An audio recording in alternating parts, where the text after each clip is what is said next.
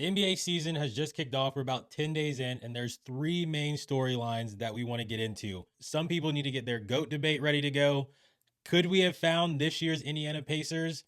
And is OKC actually going to break the Warriors 73-9 record? Let's get right into it. Remember, subscribe, like, get involved, enter your name in the portal. Again, let's start with OKC. Right now, they're off to a 6-0 start, which puts them on pace to win 82 games, right? Obviously, that's a joke. They're not going to go 82-0, but is 74-75 on the table for this team. They don't look like they're having any championship hangover. They don't appear to even be really missing J-Dub, even though when he does come back, it's going to just add more defensively. It'll add more offensively. This team has so much continuity with each other that you can tell they're not missing a beat. While other teams like the Rockets are trying to figure out a point guard situation, the Lakers are trying to figure out almost everything besides Luka Doncic and Austin Reeves. And can they get LeBron healthy? Philly is figuring out, is Embiid even needed on this team anymore? There's so many questions amongst so many teams in the NBA right now.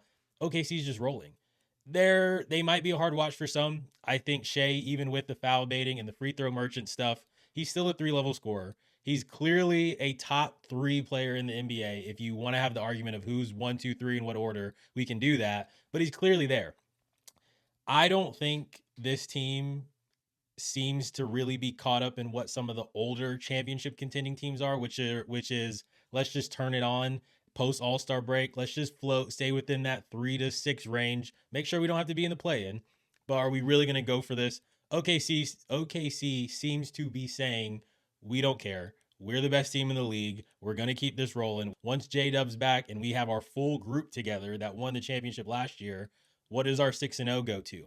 And we do this every year, right? We did this when Milwaukee won. Nobody's beating them in a 7-game series the next year. They don't win. When Denver won, nobody's beating them in a 7-game series the next year. They didn't win. Boston, now they had some injuries, but again, it looked like they weren't going to beat the Knicks, even with Jason Tatum and Jaylen Brown. And so we have it again this year with OKC. Now, there's revisionist history, and we could go back to game 7 and say, well, Hallie was killing them up until the point he got hurt, and we don't know what would have happened. I lean more on the fence that Hallie would have had an all-time game and Indiana would have won that game 7, but we don't know, and the fact is OKC won it on the back of a historic season as a team and on the back of a historic season from their best player. They seem to not be missing a beat. They're going to keep going. OKC, I think it is on the table for them to win 75 games this year. Next team we're going to get into is the San Antonio Spurs, second best team in the Western Conference right now, according to the standings. Wemby is an alien. He is the best defensive player in the league right now. And I think what makes it so compelling watching him is that I don't think we've ever seen a player with that type of defensive upside and how good they are on that end of the court. And then you add the offensive game into it too. He's 7th right now in the league in scoring, and he's clearly the best defensive player. At this point, it just becomes there's nobody else in the league that can really touch him when it comes to defensive player of the year. And he's got this offensive game to go with it. It is really scary. The pieces around him are fitting perfectly. Mitch Johnson looks like a potential coach of the year candidate right now. And they just seem to be rolling no matter who they're playing. And when the playoffs come, if they are able to get there, which they haven't made it, so you again kind of just can't put this as a shoe this in as a team such as OKC or maybe Denver or Minnesota. If they get in, though, they're going to have the best player on the court, maybe in just about every series. We can hear the arguments for Jokic. We can hear the arguments for Shea, maybe even Luka. But Wemby is a different beast right now on both sides of the court. If you have the best player in a series, you have a chance to win that series. San Antonio could be legit championship contenders right now.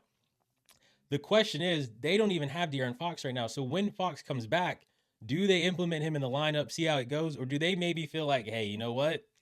Maybe we ship him off. Maybe we just roll with this group right now. Castle looks good. Vassell looks good. Harper looks great. They have everything they need to legitimately contend for a championship. Now, will they win it year 1 like this with this group?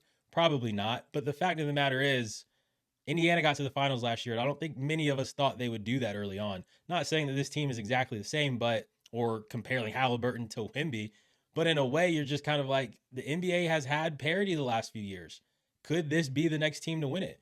Their game, mark your calendars for right around Christmas. They will play a home-and-home series with OKC on December 23rd, and then Christmas Day, they'll play them again. That is really going to tell us, I think, what those two teams look like. It is the most exciting Christmas Day game at this point right now. I cannot wait for that one.